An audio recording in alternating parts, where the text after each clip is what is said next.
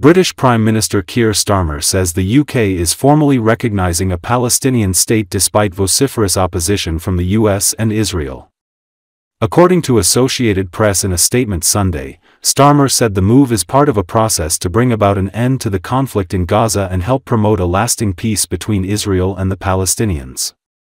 Though the move is largely symbolic, it is a historic moment as the UK arguably laid the groundwork for the creation of the Israeli state when it was in control of what was then known as Palestine in 1917.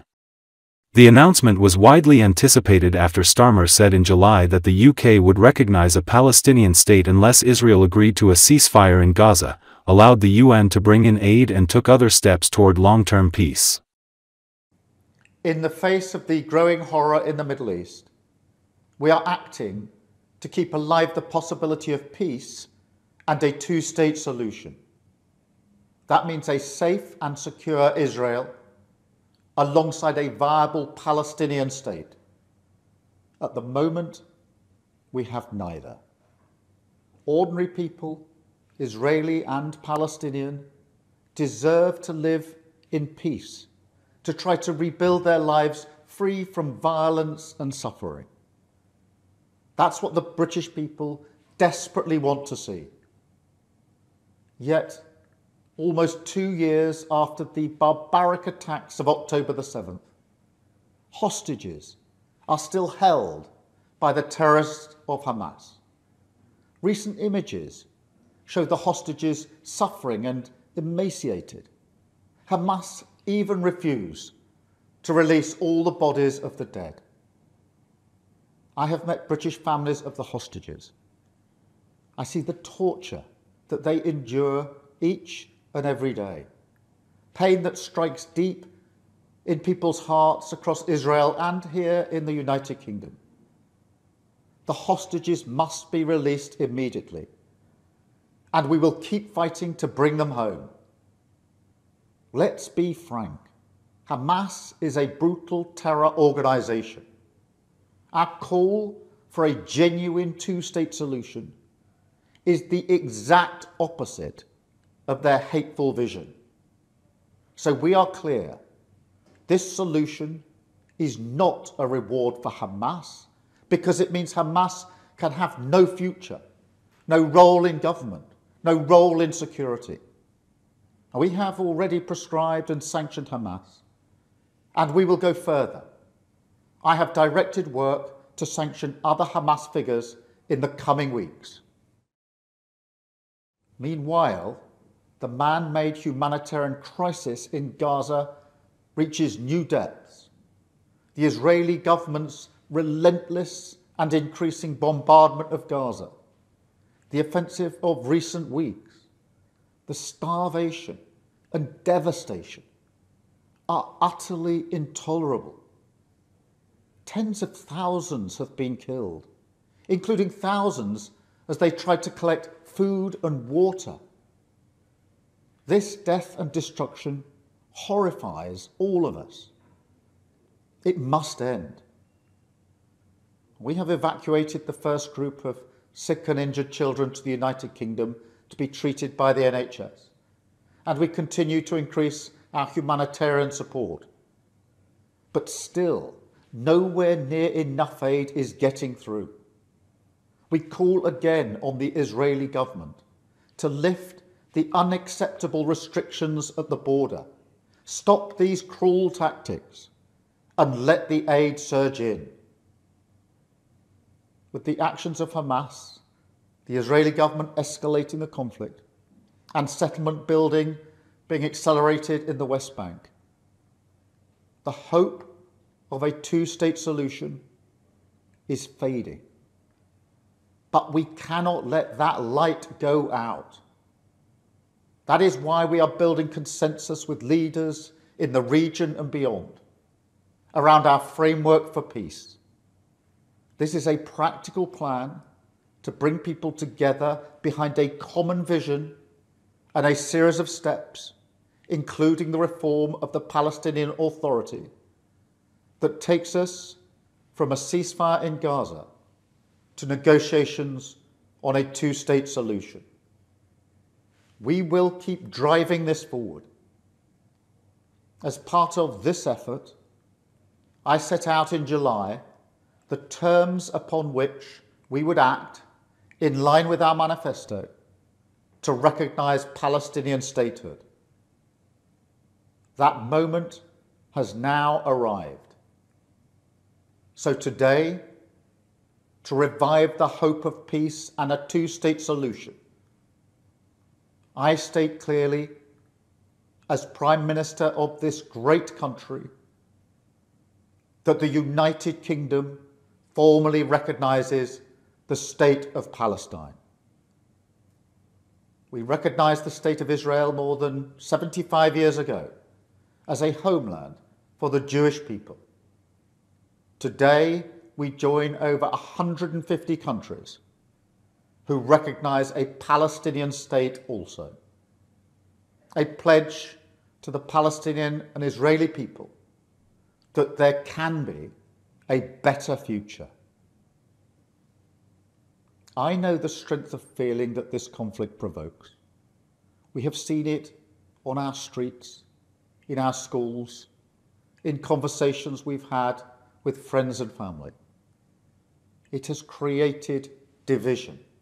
Some have used it to stoke hatred and fear, but that solves nothing. Not only must we reject hate, we must redouble our efforts to combat hatred in all its forms. We must channel our efforts, united together in hope, behind the peaceful future that we want to see. The release of the hostages, an end to the violence, an end to the suffering, and a shift back towards a two-state solution as the best hope for peace and security for all sides.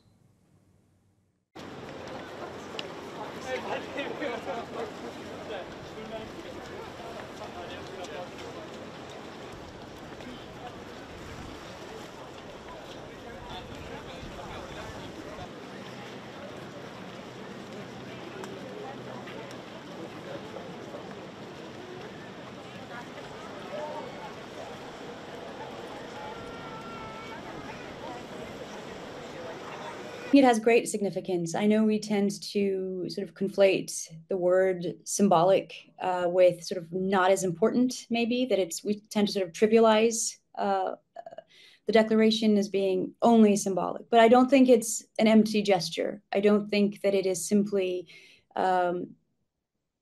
something that will not necessarily lead to a tangible sign of progress in defense of Palestinian statehood. So it is meaningful.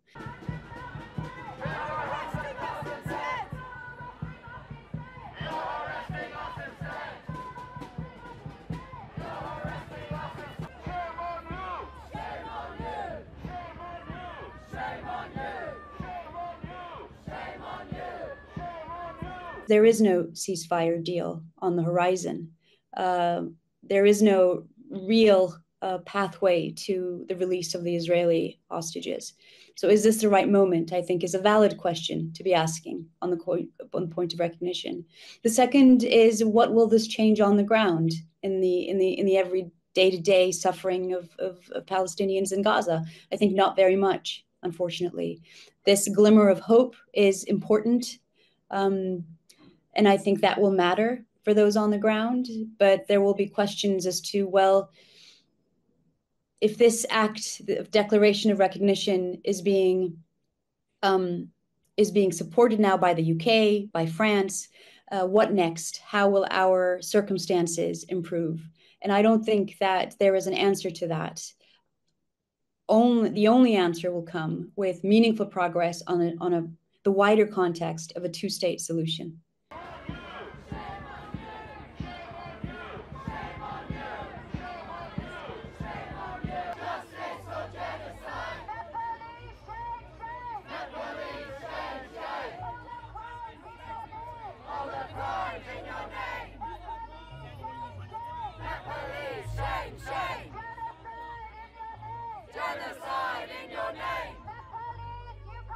It returns to this fear, this deep concern about the forceful displacement of Palestinians from Gaza, which could be irreversible if they had no right to return to their homeland. So this declaration of recognition of Palestinian statehood, I think, is meant to deter the possibility that Palestinians can be forcefully moved.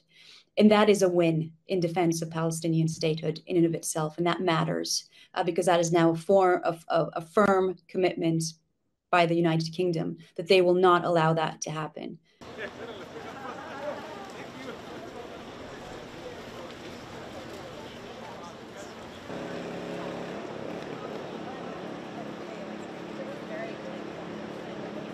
The US has already made it clear that they object to this. I think Marco Rubio talked about this last week. And the US position is very much that it's aligned with Israel's, and that this rewards Hamas. This preemptive declaration of recognition of Palestine seems to reward terrorism and is therefore unacceptable. It sets a precedent, that terrorism works. And this is the very well-known sort of counter-argument to this point.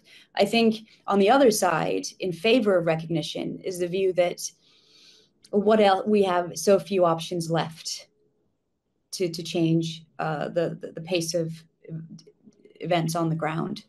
And we need to make it clear to Israel and the United States that Palestine must exist, but again, as part of a two-state solution.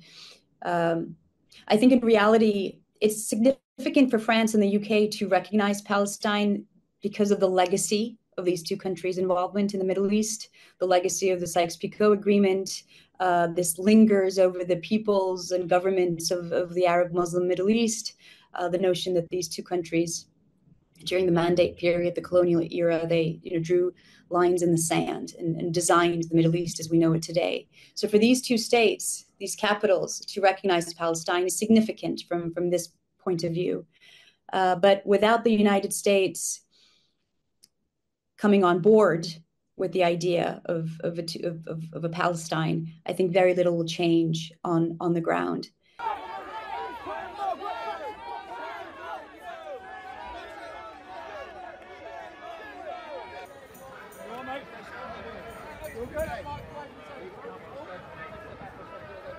When you're ready, take your time, no rush. Ready, everyone ready? 3, 2, 1, go! Genocide so much better when done. Shame on you! Shame on you! What are you protecting us from? There's no rush. Shame, is this what it's come to? Arresting what could be a